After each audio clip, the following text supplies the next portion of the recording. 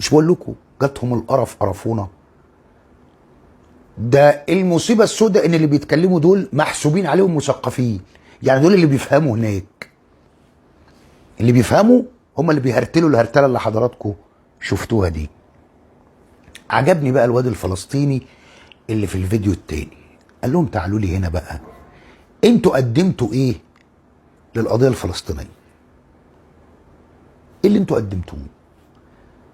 عمالين تتاجروا باسم القضيه الفلسطينيه وحاطين جنبها القضيه الصحراويه الوهميه الهبله بتاعتكم، بتاع شنبولة الحرامي والبقر اللي معاه، عشان بس عشان تضايقوا المملكه المغربيه الشريفه. ما انتوا مش اكتر منكم يعني مضايقينها يعني. لكن الحياه ماشيه في المملكه الشريفه والتنميه والتطور وكل شيء ماشي، بس يعني مزهقينها كده يعني. ما انتوا فاكرين ايه؟ وانتوا فاكرين الحياه واقفه هناك علشان ابو الله الحرامي والبقر اللي معاه كل شويه يطلع الجيش المغربي يدبهم دبه يتنيلوا على عينيهم ده بيجروا حافيين يعني، كانوا يسيبوا الشباشب والجزم بتاعتهم يعني. وشنبول عمال ياكل في فلوسكم وشكرا. كل شويه عمالين تتكلموا التطبيع التطبيع التطبيع التطبيع.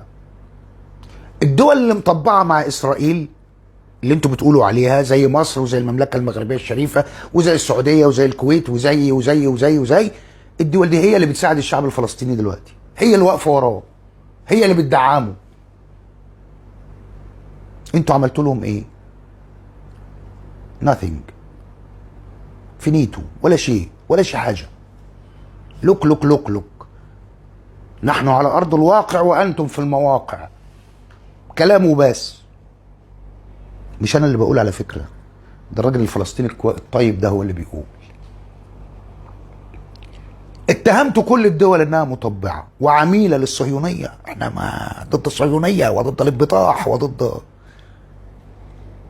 35% من راس مال اوتكو شركه سوناتراك اللي انتوا بتاكلوا منها وبتحاربوا المملكه المغربيه الشريفه منها، بتدعموا شنبولة الحرامي والبقر اللي معاه عصابه البلوزفت.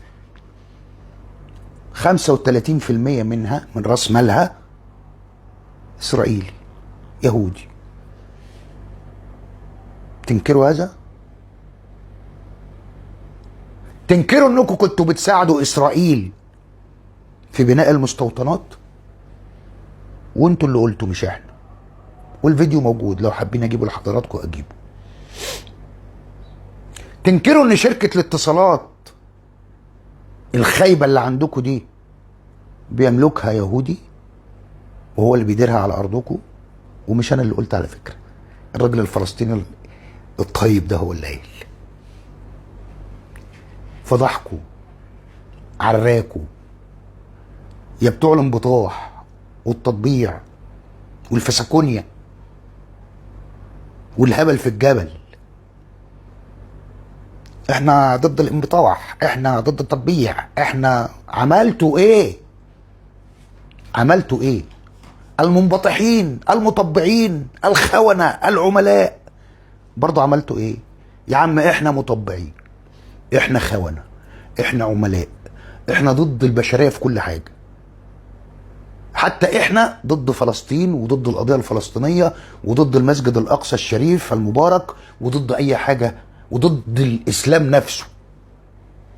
استغفر الله العظيم يا رب. انتوا بقى يلي مش ضد ومع عملتوا ايه؟ حاطين ايدكم في ايد اسرائيل وبتتمنوا رضاها عليكم؟ ولا ال100 مليون دولار بتوع محمود عباس اتناسوا اللي خدت فيها القلاده يا عم القفه الكبير اللي خدت فيها القلاده، فاكر ولا ناسي؟ كانوا ليه ال100 مليون دولار؟ نبوس ايدك يا عم محمود، خد ال100 مليون دولار دول وروح شوف لنا الرئيس الوزراء الاسرائيلي، عايزين نقعد معاه، عايزين نبقى خوا. محمود عباس لسع ال100 مليون دولار وقال لكم باي باي.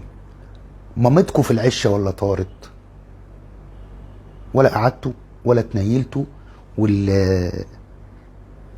الهيلمان اللي من تحت الترابيزه ده العالم كله عارفه. هم بيتعاملوا معاكوا من فوق لتحت. اسرائيل مطبعه معاكوا ولكن من فوق لتحت، بصلكوا على انكم قد كده، شويه اقزام، شويه اقزام بتتعامل معاهم. فقولوا لنا انتوا بقى، ما انتوش مطبعين ماشي، ما انتوش خونه، ما انتوش عملاء، ما انتوش ضد الاقصى، ما انتوش ضد، ما انتوش ضد، ما انتوش ضد، قدمتوا ايه بقى؟ فلسطين اهو، شهد شاهد من اهلها، والراجل هو اللي بيقول اهو، مسح بيكم الارض.